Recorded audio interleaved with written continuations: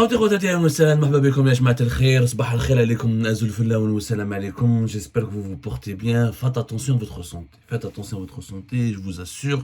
J'ai eu beaucoup de mal à démarrer cette journée. Le Covid, il y a eu une vague de contamination au Covid-19. Il y a une grippe assez sévère qui circule, y compris en Algérie, pas uniquement en Europe, là en France. Beaucoup de nos amis ou de nos proches sont tombés malades. Faites attention à vous, ya jmaat al-khair. Wallah, ya jmaat, نصبح اليوم avec des tisanes et pour pouvoir essayer de tenir. Au-delà de la grippe et peut-être du Covid, c'est la situation de la mauvaise gouvernance de notre pays qui me rend malade. Elle me rend profondément malade. Il y a un sujet très important qui va marquer l'année 2024, c'est les dépenses de l'État algérien dans le cadre de la loi de finances 2024. Vous allez aujourd'hui découvrir des choses peut-être qui normalement, je ne comprends pas que en Algérie certains thèmes de l'actualité ne préoccupent pas ou ne mobilisent pas comme il se doit l'opinion publique nationale. Malheureusement, les sujets du buzz, les scandales, les accusations de corruption, les polémiques stériles, les polémiques de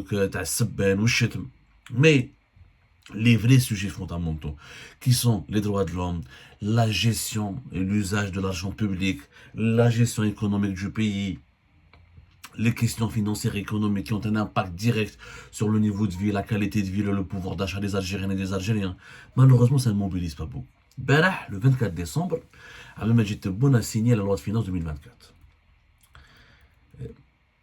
En présence de tous les membres du gouvernement, y compris de Saïd Chengreha, le chef d'état-major de l'armée. Aucun débat en Algérie n'a eu lieu sur cette loi de finances 2024. Et pourtant, cette loi de finances 2024, تخلنا في منعرج خطير. في منعرج خطير يا جماعة. Jamais le régime algérien, l'État algérien n'a dépensé ou ne va dépenser autant d'argent durant 2024. L'Algérie va dépenser un budget record. L'État algérien, je dis bien l'État c'est quoi? C'est le gouvernement, c'est les collectivités locales, c'est les entreprises et c'est les administrations étatiques. On ne compte même pas certaines entreprises étatiques. Là, les institutions, les administrations, le gouvernement, les collectivités locales, les wilayas et l'ensemble des membres du gouvernement, les ministères, la présidente de la République et les services de sécurité et l'armée. Le budget de l'État algérien en 2024 sera de 114 milliards de dollars. L'équivalent de 114 milliards de dollars. C'est tout simplement inouï. Inouï, يا جماعة. يعني ماناش فاهمين يا جماعة. علاش inouï? C'est le budget le plus élevé de l'histoire de l'Algérie. Le plus élevé de l'histoire de l'Algérie. Et c'est inouï parce que en 2024, l'État algérien va dépenser beaucoup plus d'argent que plusieurs grands pays africains. Alors, en dinar, nous allons dépenser 15 275 milliards de dinars en 2024. Ça, c'est les dépenses.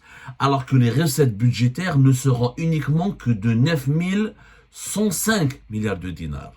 C'est-à-dire, les opérations arithmétiques en direct, nous aurons donc des dépenses, nous aurons donc un État, le régime algérien en 2024 va dépenser 113, presque quelques poussières, presque 114 milliards de dollars pour des dépenses, alors qu'il ne va gagner en termes de dépenses uniquement l'équivalent de 67 milliards de dollars. Donc, la différence, calculez Maya, nous aurons un déficit budgétaire tout simplement record في بلادنا. Je dis bien tout simplement record.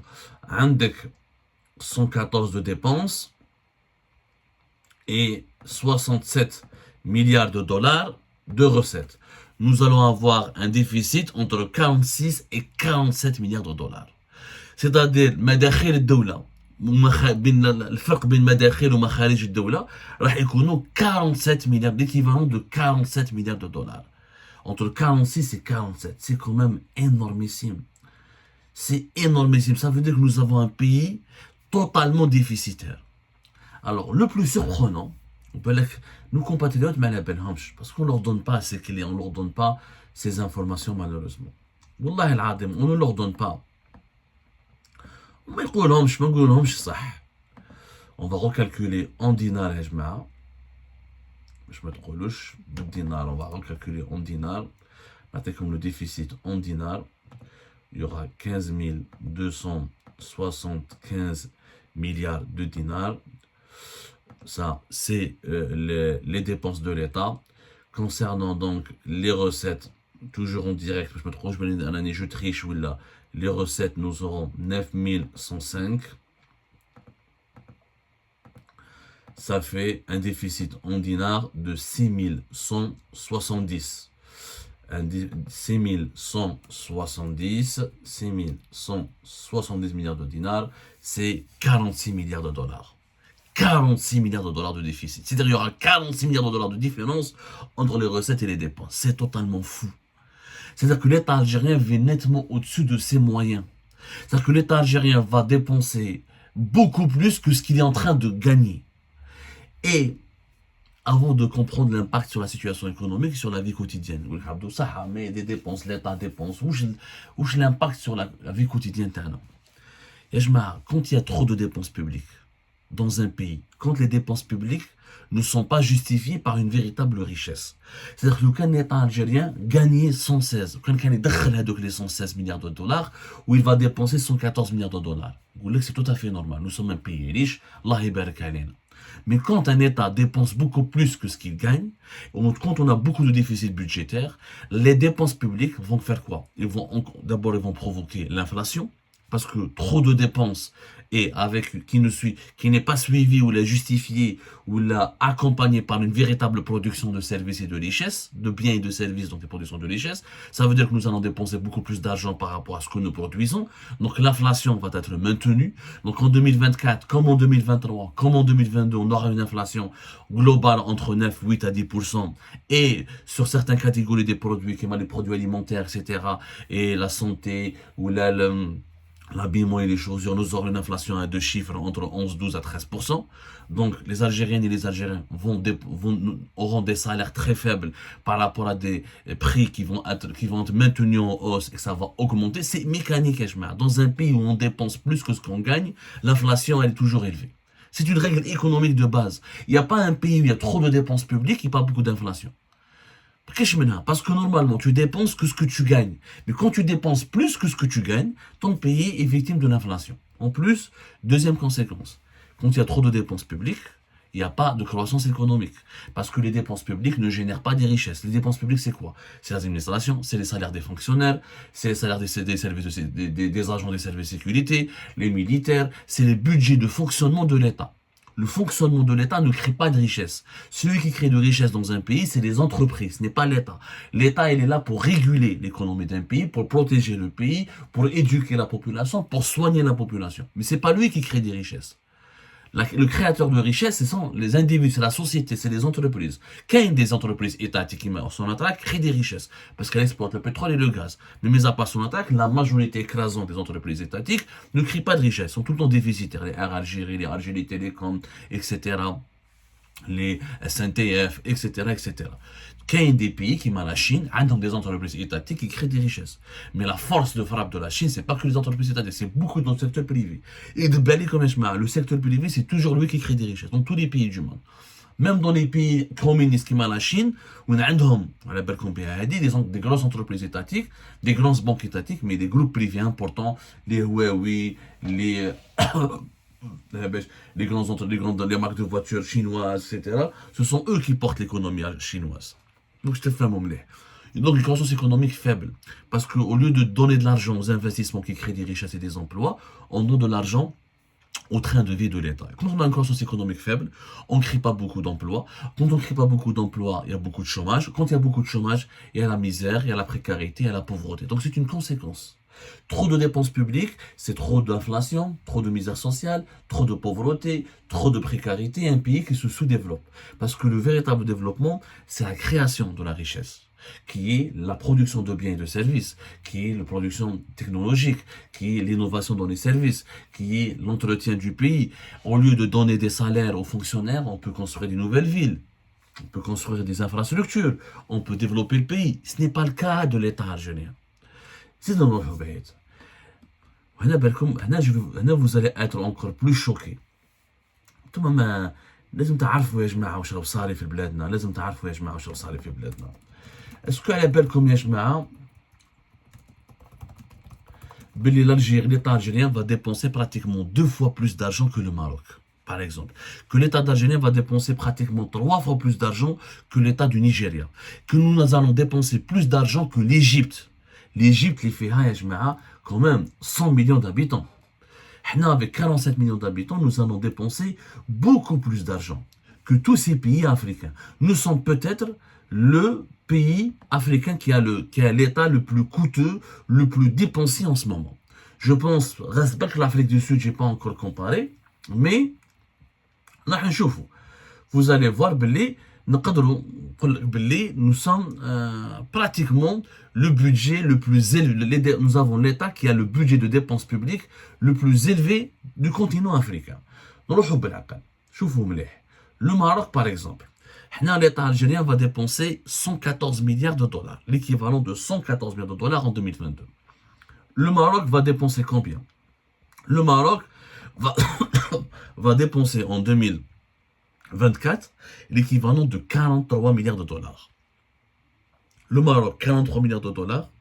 L'Algérie, 114 milliards de dollars de dépenses publiques.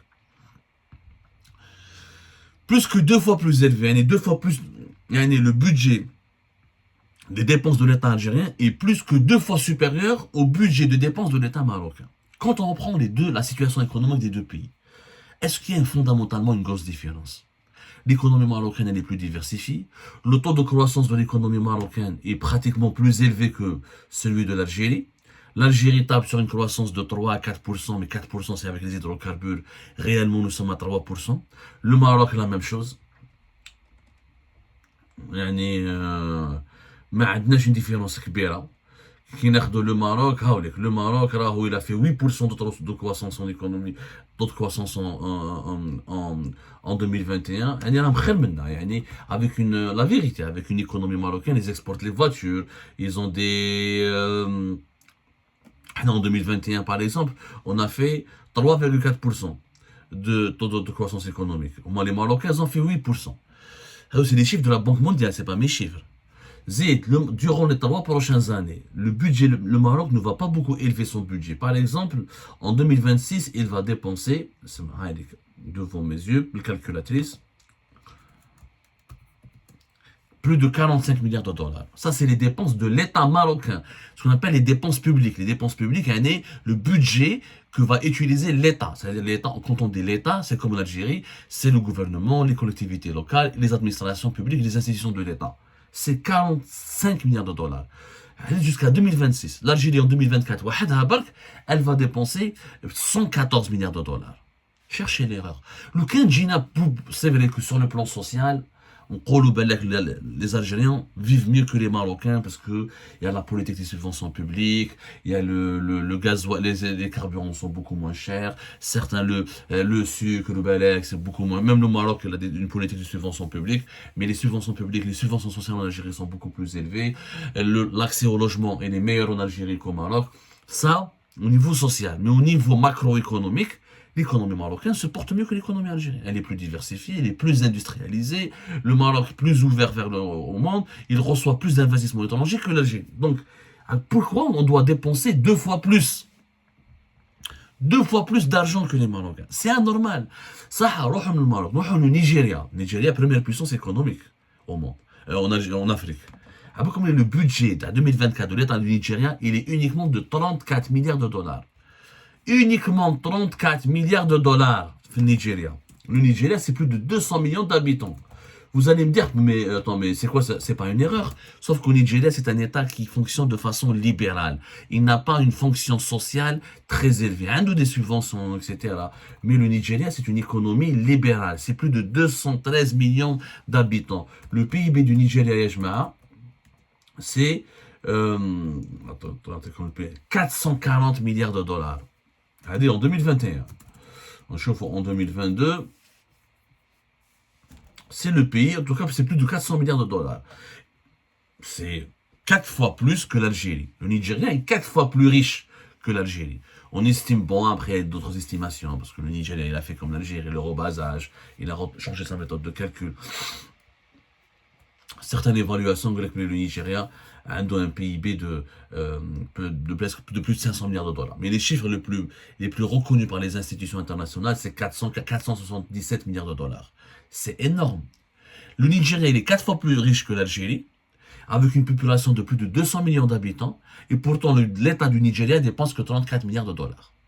Bon, vous allez me dire, le Nigeria, c'est un État défaillant, il y a beaucoup de problèmes sociaux là-bas, et il y a beaucoup de corruption, et ce modèle libéral n'est pas intéressant en soi. Bon, reste que le Nigeria, c'est un pays où la croissance économique elle est la plus forte, et c'est un grand marché, et c'est là même dépassé l'Afrique du Sud. Le Nigeria aujourd'hui, c'est une puissance économique qui monte.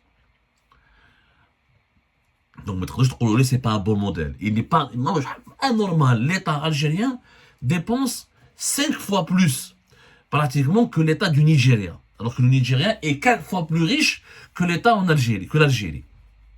Cherchez l'erreur, comme. C'est anormal de les dépenses de l'État. Nous allons faire un autre grand pays africain, l'Égypte. L'Égypte, comme l'Égypte, la population. L'Égypte, la population, avec 110 millions d'habitants. Faites 109 millions d'habitants depuis 2021. Alors, tenez-vous bien, le budget à l'Égypte, le budget de la dépense de l'État en Égypte pour 2023-2024 sera de 96 milliards de dollars.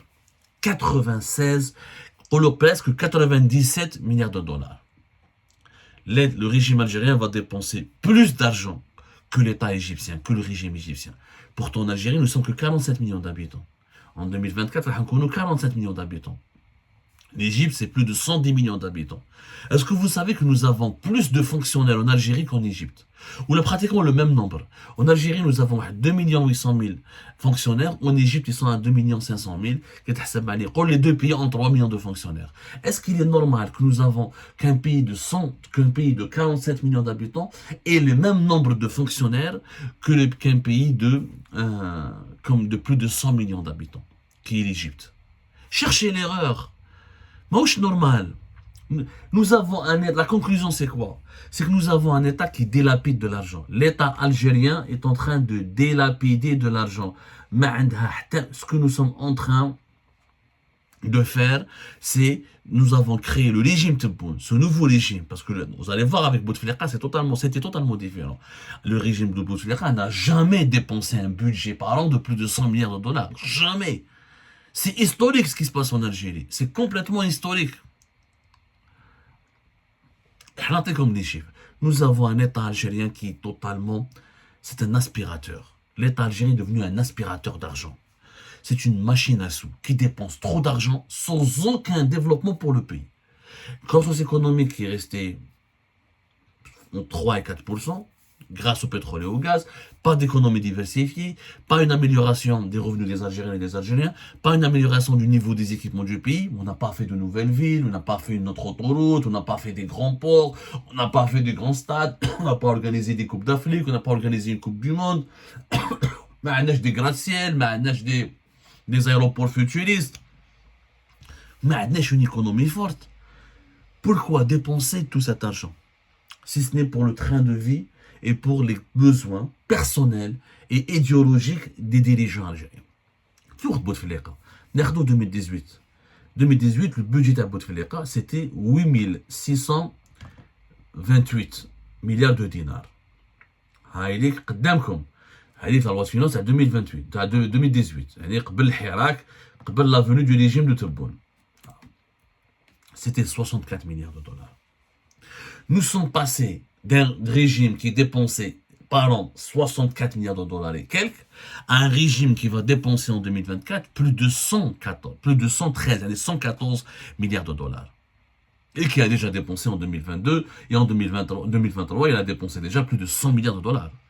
Et c'est pas la première fois qu'on dépasse la barre des 100 milliards de dollars en 2023, dans le cadre de la loi de finances à 2023, on a dépassé la barre des 100 milliards de dollars. Pour la deuxième année consécutive, l'État algérien va dépenser plus de 100 milliards de dollars.